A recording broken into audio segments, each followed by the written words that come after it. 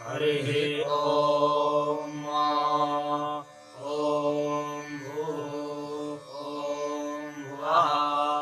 ॐ स्वाहा ॐ नमस्ते रुद्रमन्यव ऊतो त इखवे नमः बाहुभ्यामुत ते नमः जाते रुद्रशिवा तनूरघोरा पापकाशिनी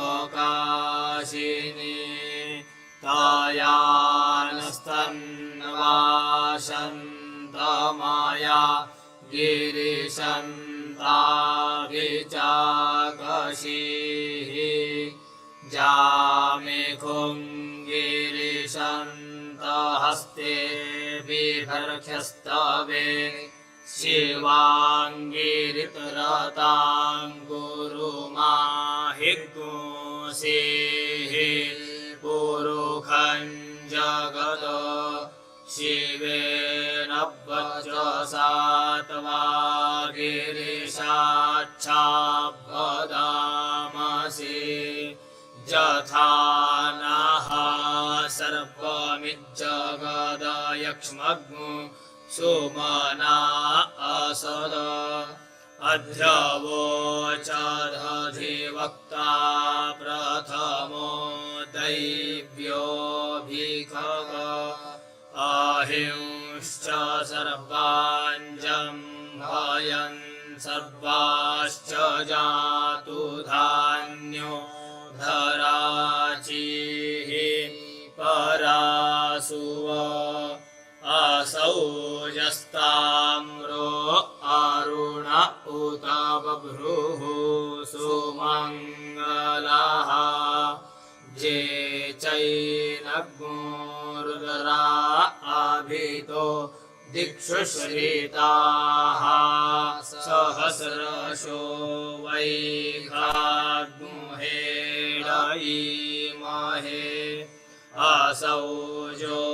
वसर्पति नीलग्रीवो विलोहितः ऊतैनं गोपा अदृश्रन्नुदहार्जः सदृष्टो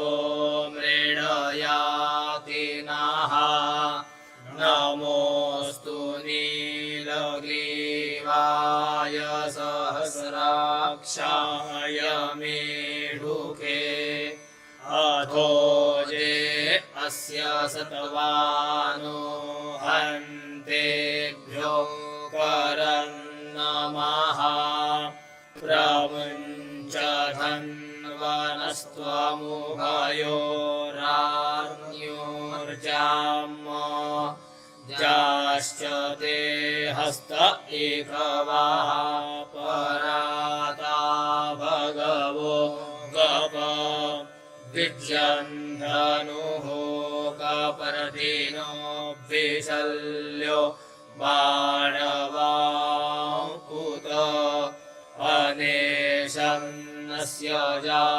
इखव आभुरस्य निखङ्गधिः जाते हेतिर्मीढुष्टमहस्ते बभूवते धनुः तयास्मान् विश्वतस्त्वमयक्ष्मया परिभुज परिते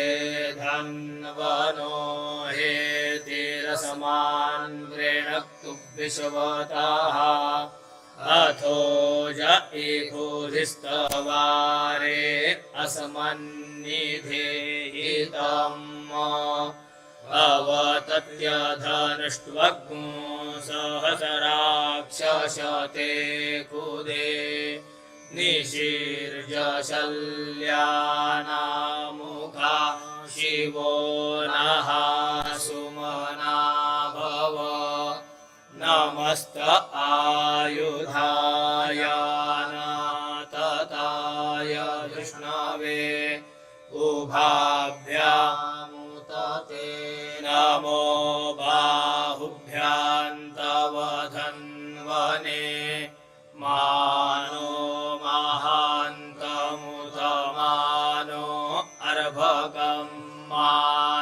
उक्षन्तमुतमा न उक्षितं मानोऽवधीः पितरं मोतमातरं मानः प्रियास्तन्वो रुद्ररीरिखाः मानस्तोकेतनये मान आयुखे मानो गोकुमानो अश्वे खुरीरिखाः मानो वीरान् रुद्रभामिनो बधिरेह विकमन्ताः सदमित्वाहवामहे नमो हिरण्यबाहवे सेनान्ये दिशाञ्च पतये नमो नमो वृक्षेभ्यो हरिकेशेभ्यः पशूनां पतये नमो नमः शक्पिञ्जराय द्विखीमते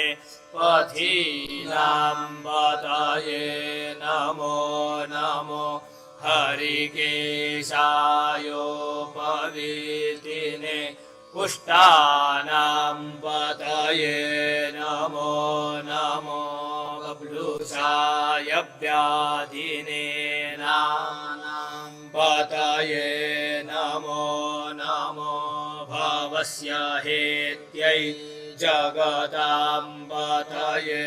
नमो नमो रुद्राय ततायिने क्षेत्राणां पतये नमो नमः सूताय हन्त्यै वनानां पतये नमो नमो रोहिताय स्तपतये वृक्षाणां पतये नमो नमो भुवन्तये पारिवस्कृताय खदीनां पतये नमो नमो मन्त्रिणे वाणिजाय कक्षाणां पतये नमो नमः उच्चैर्घोषाय क्रन्दयते पत्नीनां पतये नमो नमः कृष्णाय तया धावते सत्त्वानां पतये नमो नमः सहमानाय निव्याधिन आव्याधिनीनां पतये नमो नमो निखङ्गिने ककुभायस्तेनानां पतये नमो नमो निचेरवे परिचरायारण्यानां पतये नमो नमो पञ्चते परिपञ्चते स्थायूनां पतये नमो नमो निखङ्गिल इकुधिमते तस्कराणां पतये नमो नमः श्रीकायिभ्यो जिगाग्मुसद्भ्यो मुष्णतां पतये नमो नमो सीमद्भ्यो नक्तञ्चरद्भ्यो विकृन्तानां पतये नमः नमः उष्णीखिणे गिरिचराय कुलुञ्चानां पतये नमो नमः इखुमद्भ्यो धन्वायिभ्यश्च वो नमो नमः आतन्वानेभ्यः प्रतिदधानेभ्यश्च वो नमो नम आयच्छद्भ्यो सद्भ्यश्च वो नमो नमो विसृजद्भ्यो विद्यद्भ्यश्च वो नमो नमः स्वपद्भ्यो जाग्रद्भ्यश्च वो नमो नमः शयानेभ्य आसीनेभ्यश्च वो नमो नमस्तिष्ठद्भ्यो धावद्भ्यश्च वो नमो नमः सभाभ्यः सभापतिभ्यश्च वो नमो नमोऽश्वेभ्यो स्वपतिभ्यश्च वो नमो नमः आव्याधिनीभ्यो विविध्यन्तिभ्यश्च वो नमो नमः उगणाभ्यस्त्रगृह्णातिभ्यश्च वो नमो नमो गणेभ्यो गणपतिभ्यश्च वो नमो नमो भ्रातेभ्यो भ्रातापतिभ्यश्च वो नमो नमो गृत्सेभ्यो गृत्सपतिभ्यश्च वो नमो नमो विरूपेभ्यो विश्वरूपेभ्यश्च वो नमो नमः सेनाभ्यः सेनानिभ्यश्च वो नमो नमो रथिभ्यो अरथेभ्यश्च वो नमो नमः क्षत्रिभ्यः संग्रहीत्रेभ्यश्च वो नमो नमो महद्भ्यो अर्भकेभ्यश्च वो नमः नमस्तक्षभ्यो रथकारेभ्यश्च वो नमो नमः कुलालेभ्यः कर्मारेभ्यश्च वो नमो नमो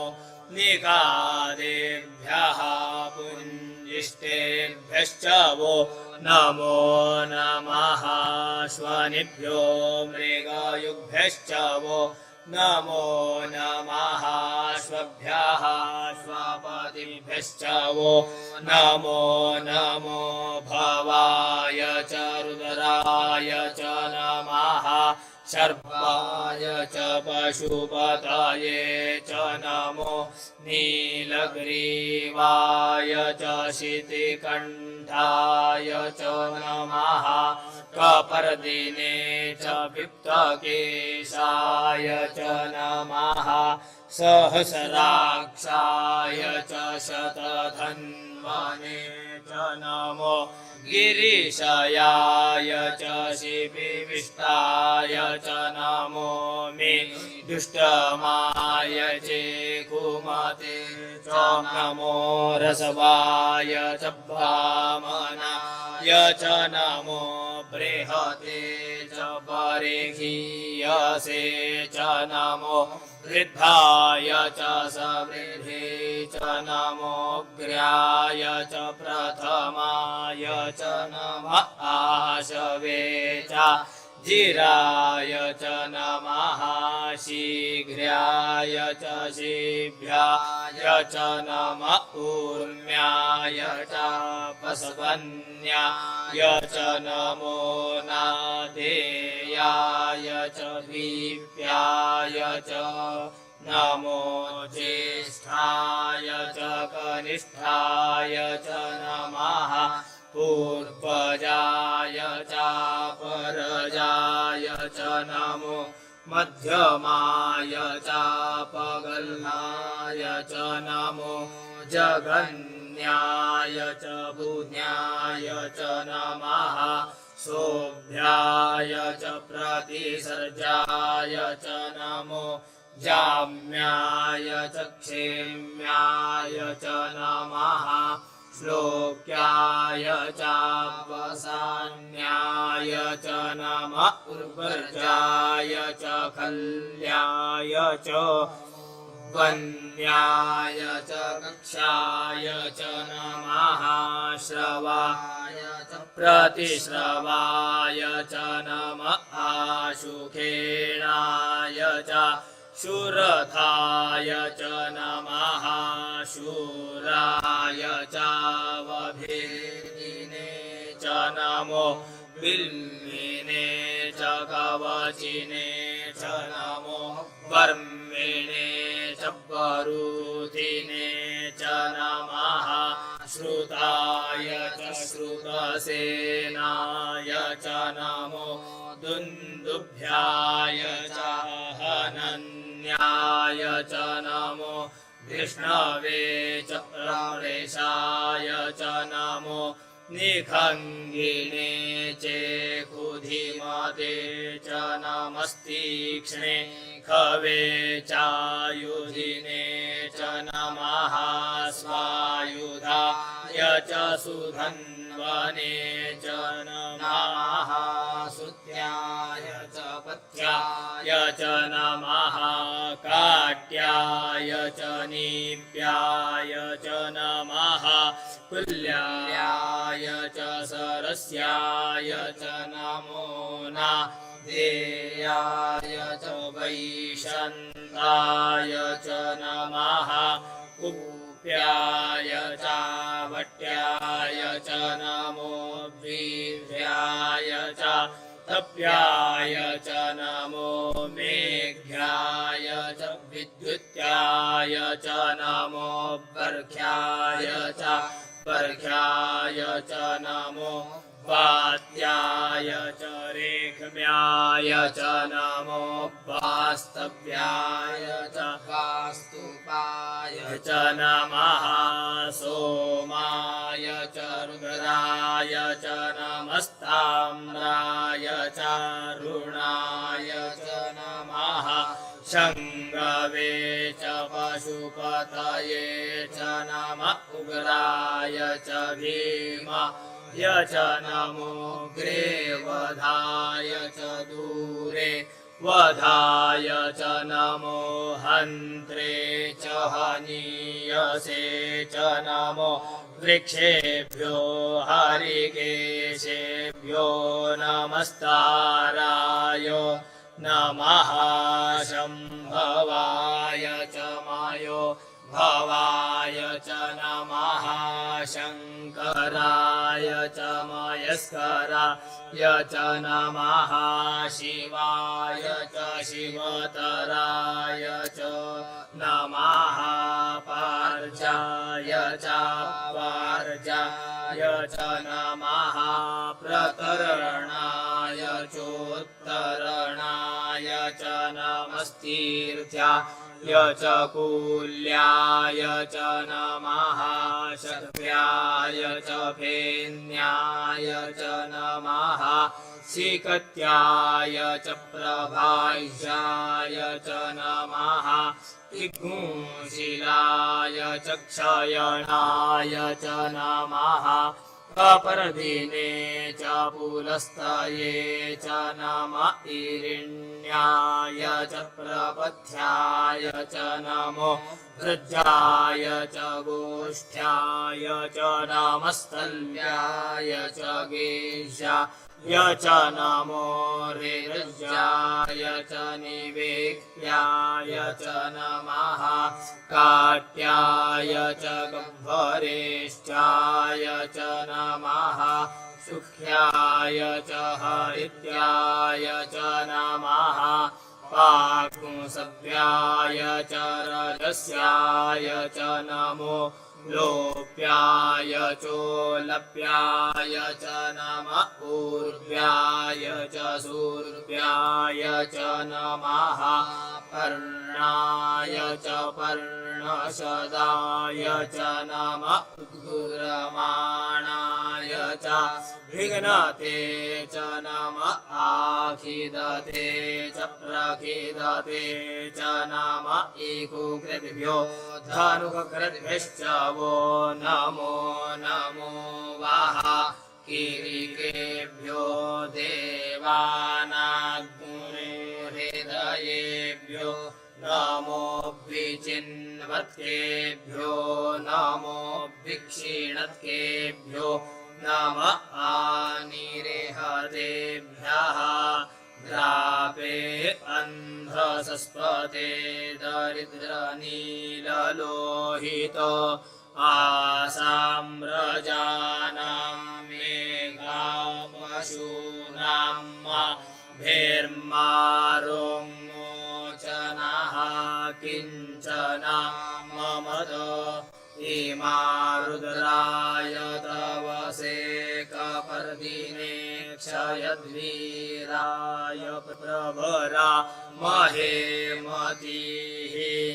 यथा शमसद्विपदे चतुष्पदे विश्वं पुष्टं ग्रामे अस्मिन्ननातुरम् जाते रुद्रशिवा तनुः शिवा विश्वाः भेखजी शिवारुतस्य भेखजी तयानो मृडजीवसे परिणो रुद्रस्य हेतिर्वृणक्तो पारित्वे खस्य दुर्मतिरगायोः अवस्थिरामगवद्भ्यस्तानुख्वमीढस्तो गायतनयाय मृड मी दुष्टमाशिवतमा शिवो नः सुमना भव परमे वृक्ष आयुधन्निधाय कृत्तिं वसान आचरपिनाकं बिभ्रदागहि विकीर्द्रविलोहित नमस्ते अस्तु भगवः जास्ते सहस्रगुहेतयोन्यमस्मन्निवपन्तु ताः सहस्राणि सहस्रशो बाभोस्तव हेतयः तासामीशानो भगवः पराचीनामुखाकृधि असंख्याता सहस्राणि ते रुद्रा अधिभूम्याम् ते खाग्सहस्रयोजने बधन्वानि तन्मसि अस्मिन् महत्यर्णवेन्तरिक्षे भवा अधि ते खाग्सहस्रयोजने बधन्वानि तन्मसि नीलग्रीवाः शितिकण्ठादिवग्मो रुद्रा उपश्रिताः ते खाग्सहस्रयोजने बधन्वानि तन्मसि नीलग्रीवाः शितिकण्ठाः सर्पा अधः क्षमाचराः ते खाग्सहस्रयोजने बधन्वानि तन्मसि जे वृक्षे कुशक्पिञ्जरा नीलग्रीवाभिलोहिताः ते खाग्सहस्रयोजने बधन्वानि तन्मसि जे भूतानामधिपतयोऽभिशिखासः कपर्दिनः ते खाग्सहस्रयोजने बधन्वानि तन्मसि जे पथां पथि रक्षय ऐलवेदा आयुर्जुधाः ते खाग्सहस्रयोजने बधन्वानि तन्मसि जे तीर्थानि प्रचलन्ति शिखाहस्तानि खङ्गिणः ते खाग्सहस्रयोजने बधन्वानि तन्मसि जे नेखुविविध्यन्ति पात्रे कुपिबतो जनान् एकाग्मुसहस्रयोजनेव धन्वानि तन्मसि ज एतावन्तश्च भूयाग्मुसश्च दिशो रुद्रावितस्थिरे एकाग्मुसहस्रयोजनेव धन्वानि तन्मसि नमोऽस्तु रुद्रेभ्यो जे दिविजेखाम्बरेखमिखवाः तेभ्यो दश प्राचीर्दश दक्षिणा दश प्रतीचीर्दशोदीचीर्दशोर्ध्वाः तेभ्यो नमो अस्तु तेनो वन्तु तेनो व्रीडयन्तु ते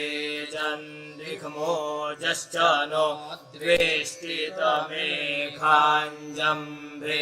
दद्मः नमोऽस्तु रुद्रेभ्यो जेऽन्तरिक्षे जेखाम्बात इखवाः तेभ्यो दश प्राचीर्दश दक्षिणा दश प्रतीचीर्दशोदीचीर्दशोर्ध्वाः तेभ्यो नमो अस्तु तेनो वन्तु तेनो व्रीडयन्तु ते जन्विक्मोजश्च नो द्वेष्टितमेखाञ्जम्भे दद्मः नमोऽस्तु रुद्रेभ्यो जे पृथिव्याञ्जेखा मन्नमिखवाः तेभ्यो दश प्राचीर्दश दक्षिणा दश प्रतीचीर्दशोदीचीर्दशोर्ध्वाः तेभ्यो नमो अस्तु तेनो वन्तु तेनो मृडयन्तु ते जन्विक्मोजश्च नो द्वेष्टितमेखाञ्जम्भे दद्मः ॐ स्वाहा ॐ भुवः